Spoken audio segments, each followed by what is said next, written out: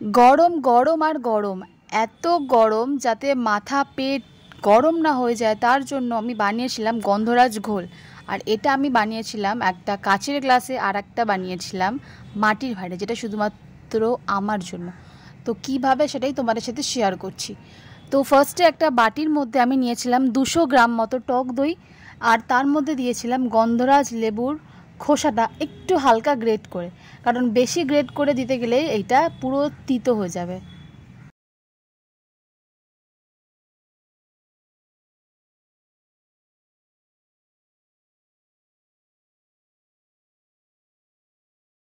এরপর আমি ওই লেবুটাকেই আলিবাবার চিচিং ফাঁকের মতো কেটে নিয়ে লেবুর রসটা দইয়ের মধ্যে যতটা পেরেছি আমি দিয়ে দিয়েছিলাম।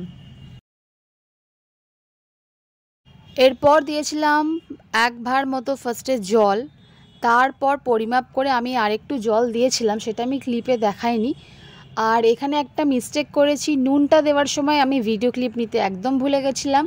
তো দিয়ে দিয়েছিলাম হাফ বাটি মতো চিনি, দিয়েছিলাম কিছুটা ভাজা মশলা গুঁড়ো করে, দিয়েছিলাম জলজিরা গুঁড়ো, আর দিয়েছিলাম কিছুটা জোয়ান গুঁড়ো করে। এরপর ভালো করে এটাকে ফেটিয়ে নিয়েছি। আর এটা করতে করতে ভীষণই হাত ব্যথা হয়ে গেছে, কারণ চিনিগুলো যদি না গলে মুখে খাওয়ার সময় চিনির দানাগুলো পড়তে পারে। এদিকে ঘোলটা রেডি হয়ে যাওয়ার পর ওদিকে গ্লাসগুলো রেডি করছিলাম। ঘোলটা রেডি হয়ে যাওয়ার পর গ্লাসগুলোকে রেডি করব। তো গ্লাসগুলোর মাথার চারিদিকে আমি লেবুর রস লাগিয়ে সাইডগুলোতে আমি জলজিরা লাগিয়ে নিয়েছিলাম, যাতে খাওয়ার সময় না একটু টেস্টটা নোনতা নোনতা লাগে আর খুব ভালো লাগে টেস্টটা।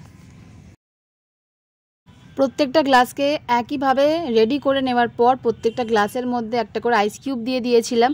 আর আমরা যেহেতু বাড়িতে 5 জন, তো আমি ওই জন্য 4টে গ্লাস নিয়েছি, আর আমারটা আমি ভাঁড়েতেই বানাবো। তো এখানে সমস্ত কিছু গ্লাস কমপ্লিট হয়ে যাবার পর ঘোলটা আমি প্রত্যেকটা গ্লাসের মধ্যে ঢেলে দিচ্ছিলাম। এত গরম, ভেবেছিলাম রান্নাঘরেতেই এটা বানাবো, কিন্তু ফ্যানের হাওয়াটা গায়ে না লাগাতে না ভীষণ অসহ্য লাগছিল, যার জন্য আমি পুরো রুমে নিয়ে চলে এসেছিলাম এবং আমি রুমেতে বসে বসে এইগুলো বানাচ্ছিলাম ফ্যানের হাওয়া খেতে খেতে। এবার ওই ঘোলগুলো সমস্ত গ্লাসের মধ্যে ঢালার পর উপর থেকে আমি আবার সেই ভাজা মশলাগুলো ছড়িয়ে দিচ্ছিলাম।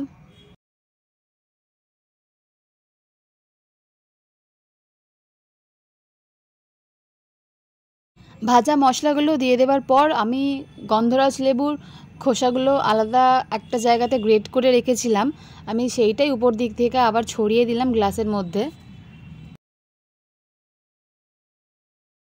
সমস্ত কিছু ইনগ্রিডিয়েন্টস দেওয়া কমপ্লিট হয়ে যাওয়ার পর আমার গন্ধরাজ ঘোলটা পুরোপুরিভাবে তৈরি। তো আমি ফার্স্টে মাকে টেস্ট করিয়ে জিজ্ঞাসা করব যে ঘোলটা কেমন হয়েছে খেতে। গন্ধরাজ ঘোল কেমন হয়েছে বলো।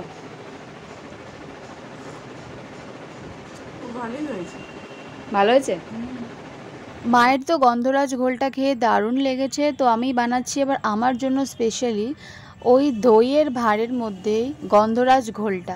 তো সেম একই প্রসেসে ভাঁড়ের চারিপাশে আমি লেবুর রসটা লাগিয়ে জলজিরা লাগিয়ে নিয়েছিলাম এবং তার মধ্যে দিয়েছিলাম 2টো আইস কিউব, যেহেতু ওদের আমি একটা করে আইস কিউব দিয়েছিলাম। তো 2টো আইস কিউব দেওয়ার পর ওই যে ঘোলটা ছিল ওটা আমি ভাঁড়েতে পুরো ভর্তি করে নিয়েছিলাম। আর এই গরমকালে ঠান্ডা ঠান্ডা যদি ঘোল খেতে হয় না, দারুণ লাগে খেতে, মানে পেট মন মাথা সবই ঠান্ডা। আর আমি এদিকে পুরোপুরি ডেকোরেশন কমপ্লিট, গন্ধরাজ ঘোলটাও পুরোপুরি রেডি। সো আমি এবার টেস্ট করে দেখবো যে ঘোলটা এক্স্যাক্টলি কেমন খেতে হয়েছে। সবাইকে দিয়ে দেওয়ার পর লাস্টে আমি টেস্ট করে দেখবো যে আমি কেমন এটা বানিয়েছি। বিশ্বাস করো, একবার চুমুক দেওয়ার পর না জাস্ট মন আর প্রাণটা ঠান্ডা হয়ে গেছে। তো তোমরাও বাড়িতে অবশ্যই বানাতে পারো এই গরমে গন্ধরাজ ঘোল, আর নিশ্চয়ই তোমাদের ভালো লাগবে। আজ এখানেই টাটা।